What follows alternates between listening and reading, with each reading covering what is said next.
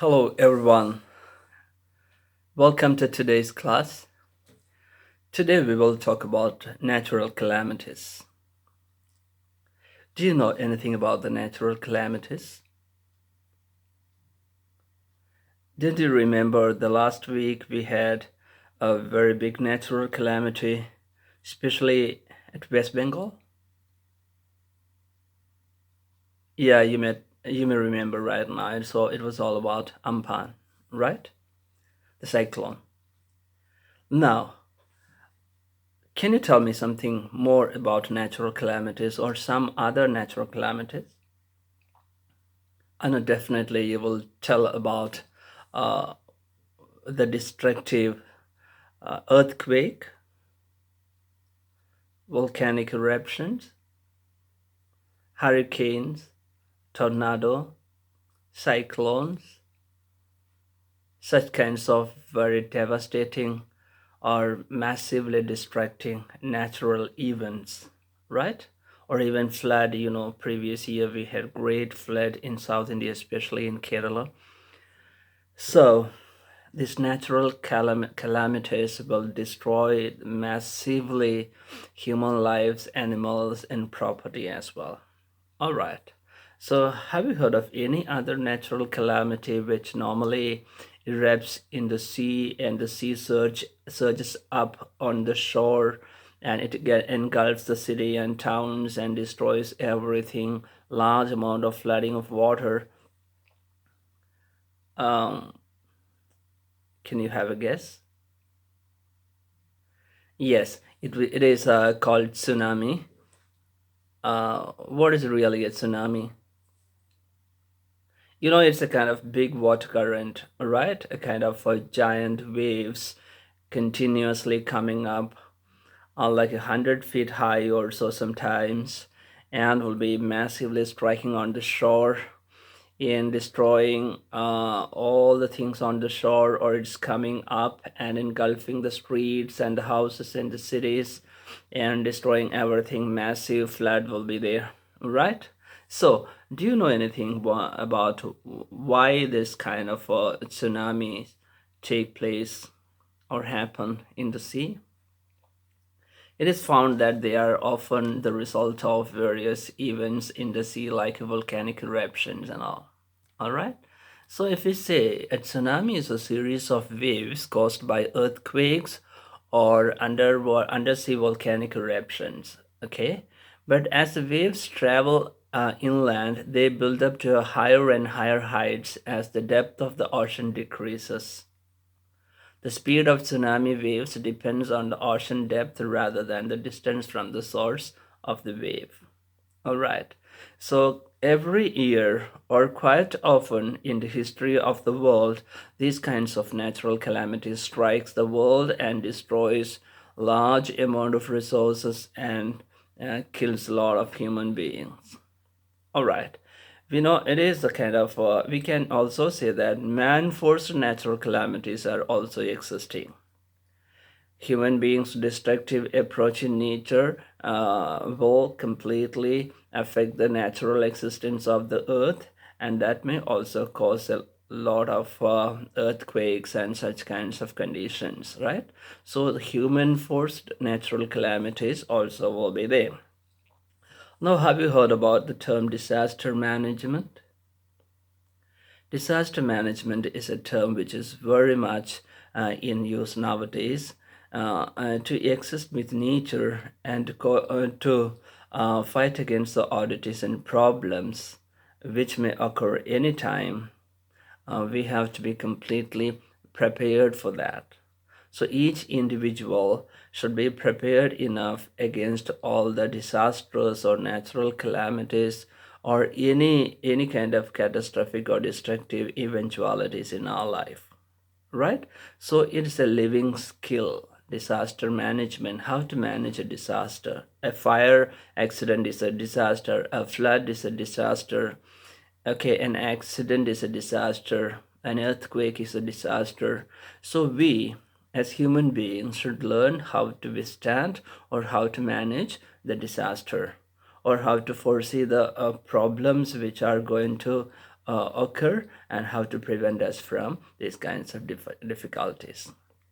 Quite often, we are not unaware of how to manage a disaster that most of the time the human lives and property are lost. To say an example, if an earthquake happens, we are caught in a building, how will we escape? Who has to be evacuated first? And what are the things that we have to take care when an earthquake strikes? Where should we stand? How our movement should be? Why we shouldn't be panicky? Who has to be taken care first? What should be the evacuation plan, etc. Okay, so in education of daily life, this disaster management also is a very important part. All right, now let us go ahead with the present topic here, tsunami. So we call or pronounce it as tsunami, not tsunami. Okay, tsunami. So each letter is pronounced there. All right, so our country also was struck by a great devastating tsunami. Probably you were not born that time. It was on 26 December 2004. Mainly it struck the Andaman Nicobar Islands and some mainland areas of Kerala, Tamil Nadu, etc., and even Orissa. All right, so the great devastating tsunami of 26 December 2004 in the Andaman and Nicobar Islands was disastrous. The Andaman Nicobar Island is the north of Sumatra and the epicenter of the earthquake, which was so powerful and it shifted some of the Nicobar Islands 100 feet to the southwest. The tsunami badly struck the coast of Kerala, Tamil Nadu, etc. All right, we have numerous videos on the tsunami on YouTube. When time permits, you can proceed to watch them as well. Okay, so we have a lesson called the tsunami as a second lesson of our main reader, Honeydews. All right, so let us have a little more idea about it before we go into the lesson. Hope you understand what I say here. So this is a lesson on disaster management or a life skill or how we should be prepared enough to face any atrocities at any time, right? All right. So can you take page number 24 of your textbook? Lesson number 2, page number 24, the tsunami. All right. As I told you, the tsunami struck the Andaman Nicobar Islands in 2004. Let us see something more about Andaman Nicobar Islands. The Andaman and Nicobar Islands is located in Indian Ocean, and which is 600 kilometers east of the southern coast of Burma, Myanmar, between the Bay of Bengal and the Andaman Sea, and to the north of Indonesia's Sumatra Island, which was the epicenter of the devastating earthquake. You know, the Andaman and Nicobar Island is a union territory of India. It comprises of 572 islands, out of which only 37 are inhabited. All right, so you can locate Andaman and Nicobar Islands in the map of India. All right, so now let us move on to the story. Can you concentrate on the lesson, please? We will read and discuss the lesson about the tsunami. All right, before that, the exercise number 1, all of you take the map given in the page number 24. Look at the map and understand various islands or various parts marked in the Andaman Nicobar Islands map. You can see North Andaman, Middle Andaman, Lower Andaman, Port Blair, Andaman Sea, Little Andaman. All right. So now down you can see the scale of the map as well. And the other part you can see Indian Ocean's Car Nicobar Islands. Okay, so the first one we have seen Andaman Islands, then the Car Nicobar Islands in the Indian Ocean part of it. You can see the place called Tarasa. You can see a place called Non-Kaveri It is very important for this lesson. And there is another place called Kachal. That's also very important to understand this lesson. Then Nicobar, Little Nicobar, and Late Nicobar. Okay, or Great Nicobar. Nicobar. All right. So you have been given a scale to read the map as well. Okay. So now let us move on to our exercise. In the map, you just find out these statements are true or not. All right. So together with me, do the work. Look at the Andaman Nicobar Islands map and find these things are correct or not. Kachal is an island. Find out whether it is true or false. It is a part of the Andaman group of islands. Andaman group of islands or Nicobar groups of islands. Just find out, okay? Non-Kaveri is an island in the Nicobar group. Do you agree? Okay. Kachal and Non-Kaveri are more than 100 miles apart. You look at the scale given there in the map, the measurement, the distance. All right, then you'll find out. The next one is the Andaman and Nicobar Islands are to the west of India. Is it to the west of India, to the east of India, to the north of India? Where is Indian Ocean? Okay, which part of India lies the Andaman Nicobar Islands, and which are the states near to which states in India near to the Andaman Nicobar Islands? Just have a visual understanding. Okay, you can go to the map of India and find out it as well as an exercise. All right. So with this understanding, let's move on to the lesson. Are you ready? Now read with me together. Have your textbook open. A tsunami is a very large and powerful wave caused by earthquakes under the sea. On 26 December 2004, a tsunami hit Thailand and parts of India, such as the Andaman Nicobar Islands, the Tamil Nadu coast, etc. Here are some stories of courage and survival. You know, always it is in adversity that our courage, confidence, and our values are tested. All right? So, some people turn out to be real heroes out of adversities and problems. So, do you think that this kind of natural calamities affect human beings in a larger scale or the animals in a larger scale? Probably at the end of this lesson, you will come to know which group, whether human beings or animals, are much affected with these natural calamities and why. All right? Let us move on.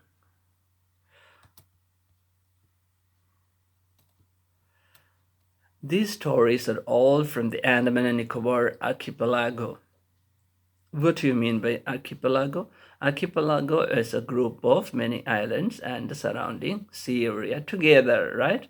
So it's not simply a group of islands. As you know, the island exists in ocean with the water bodies around it. So an archipelago is a group of islands and the surrounding sea area together. All right? So now we have a character called Ignatius here.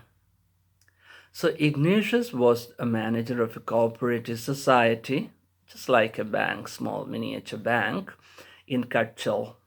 Where is Kachal? As you understood, it is at the Nicobar Islands. All right. His wife woke him up at 6 a.m. because she felt an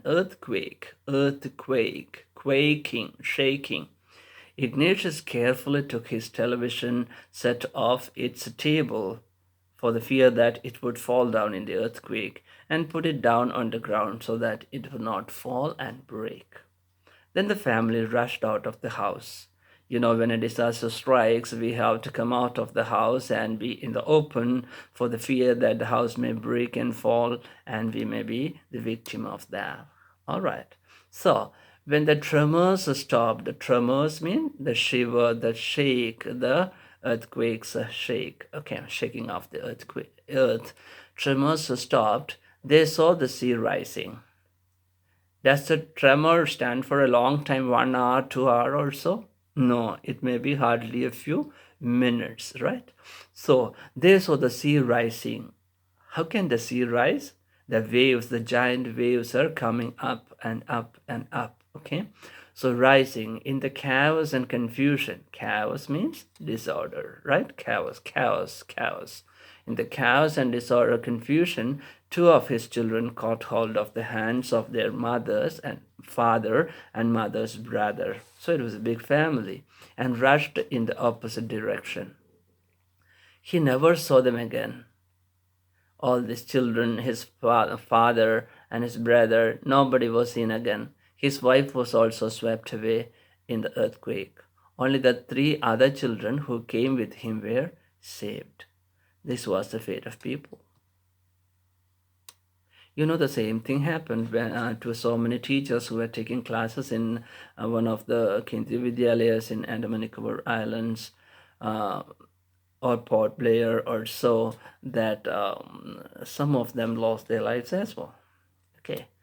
Sanjeev was a policeman serving in Kachal Island of the Nicobar group of islands.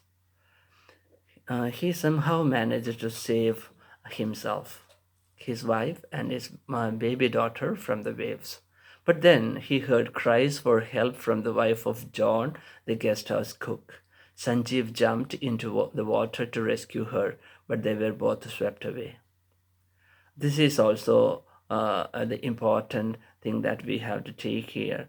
And when we see others' difficulties, we jump into to save them. Sometimes we lose our lives.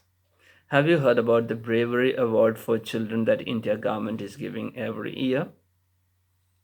Small children sometimes show great amount of courage in the events of disaster and save the lives of people. To recognize such children, there is a bravery award constituted by the government of India to children below 18 years or so. So, our real quality, our real attitude for the human beings can be tested at the time of disaster, right? Not many will be ready to go and help out, risking his or her life. All right.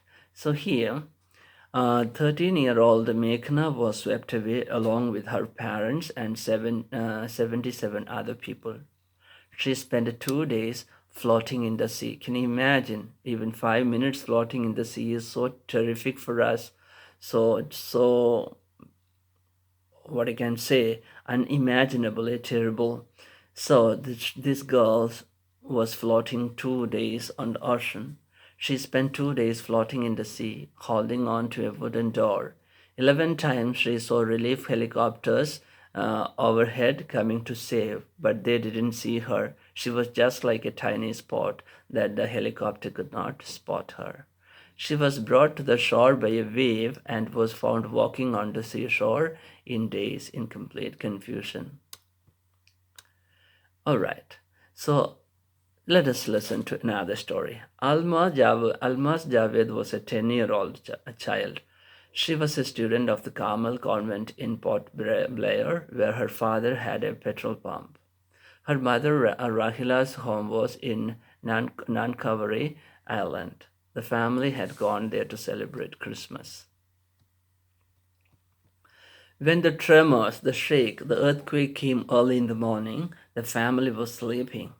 Alma's father saw the sea water recede. Recede means go back, move back, slacken, right? With great force. He woke everyone up and tried to rush them to the safer place. Sometimes we find during these kinds of tsunamis, the sea water is receding or going down and down and down, like drying up, and all of a sudden, kind of earthquake, kind of eruption comes and it strikes against the shore and destroys everything. Okay. As they ran, her grandfather was hit on the head by something and he fell down. Her father rushed to help him. Then came the first giant wave that swept both of them away. You can also see the devastative conditions in the picture given here. Alma's mother and aunts stood clinging to the leaves of a coconut tree, calling out to her. A wave uprooted the tree, and they too were washed away. Alma saw a log of wood floating. She climbed onto it. Then she fainted. When she woke up, she was in a hospital in Camorta. From there, she was brought to Port Blair. This was a story of another girl. The little girl doesn't want to talk about the incident with anyone. She is still traumatized. Traumatized means greatly shocked and distressed. She lost her family. Now let us talk about the same kind of a tsunami in Phuket, Thailand. What happened there? This is a story of Tillie Smith, a British schoolgirl who was able to save many lives when the tsunami struck Phuket Beach in Thailand. Though she has won a number of awards for her bravery, her parents have not allowed their daughter to be interviewed on television and made into a heroine.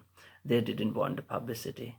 Why do you think they took that decision that the child should not be exposed on the TV screen or should not be a heroine in public view, even though she had done a great thing of saving many lives? Some people think like that. Just think about why it must have been, why the parents might have taken such a kind of decision or must have taken such a kind of decision. What would you think if you were the girl who saved many lives? Would you like to be in the limelight of publicity or not? Why? Now here is a story of Tillie Smith, her bravery from the tsunami of in Thailand, okay, Phuket in Thailand. So Smith's family from southeast England were celebrating Christmas at the beach resort in southern Ireland, Thailand. Tillie Smith was a 10-year-old schoolgirl. Her sister was 7 years old. Their parents were Penny and Colin Smith. It was 26 December 2004. Deadly tsunami waves, very gigantic tsunami waves, were already on their way in the sea. They had been triggered by a massive earthquake of northern Sumatra earlier that morning. Triggered means here caused. You know, trigger of a gun. The trigger, when you pull the trigger, it causes the bullet to rush faster and hit the target. Okay, so here triggered means caused. Okay, caused. Massive means gigantic, very big earthquake of northern Sumatra earlier that morning. You know, Sumatra was the epicenter of the earthquake. All right, it's an island. And she says the water was swelling and kept coming up. Swelling up means increasing in amount, right? Becoming larger and larger. Penny Smith remembered. The beach was getting smaller and smaller. That means the water was coming over and engulfing the shore. I didn't know what was happening really. It was all of a sudden, fraction of seconds. But Tillie Smith sensed that something was wrong. It is always some people realize or sense out the problems which are going to happen. All right. Her mind kept going back to the geography lesson she had taken in England just 2 weeks before she flew out to Thailand with her family. That's very important. How our learning in school or anywhere around in our life help us realize or understand various situations. Here also, she is telling about her geography teacher and the geography lesson she had about tsunami. That helped her understand the geographical conditions happening on the beach. So she was a little doubtful. See how our learning can be applied in our life situations. This is called the right form of learning. Okay, any learning which can have a direct application in managing our lives or to solve the problems in our life is the right education. We call that education for life. Okay, so education for not simply for a living, education for life. Education for a living means education for a livelihood, means it is for money to sustain ourselves, take care of ourselves. But only money cannot help us live, right? There are lots of skills that we have to develop. So the education should develop such skills in us to manage our life itself, not a living. All right. So Tillie saw the sea slowly rise and start to form Foam means frothing and fretting. All right. Bubble, and from the whirlpool. She could find the whirlpooling. Okay. So she remembered that she had seen this in the class in a video of tsunami that had hit the Hawaiian Islands in 1946. See, her geography teacher had shown them this video, so she remembered it very crystal clear. Her geography teacher had shown her class the video and told them that tsunamis can be caused by earthquakes, volcanoes, and landslides as well. So creating landslides, human beings' destructive ways also amount to causing landslides as well. All right. So I talked to you about the man-made disasters which will cause natural calamities. All right. So Tilly started to scream at her family to get off the beach. Hey, get away, run away. It's not going to be good here. So she talked about an earthquake under the sea. She got more and more hysterical. Hysterical, when you are hysterical, you shout, laugh, or cry in a wild, excited way without any control to yourself. It can be out of happiness, it can be out of shock or sadness or distress, etc. All right, hysterical. Hey, she has gone hysterical. The news of her success or the news of her winning the first rank threw her very hysterical. I'm sorry. All right. So Tilly's all right. So she talked about the earthquake under the sea. She got more and more hysterical, said her mother, Penny. I didn't know what a tsunami was till the time the daughter made her understand. But seeing my daughter so frightened, I thought something serious must be going on.